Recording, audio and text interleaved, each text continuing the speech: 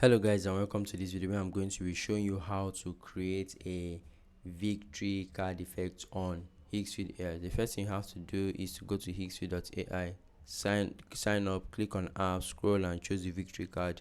Now on this page you'll be brought to, once you're on this page, upload your image here. We can see an example of the image that was initially uploaded, and then we can see that you're around a table of pokers and poker players, and once you drop your victory card they are all disappointed because you are the victory. So all you have to do is to, after uploading your images, to click on this video section here, click on generate video, and your video will be generated. You can now download it to your system.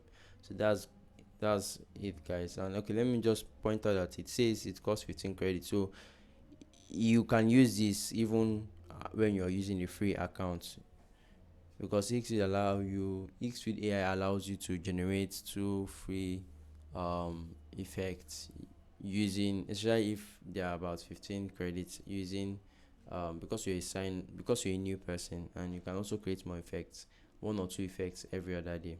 So that's good. That's it guys. I'll see you guys in the next one.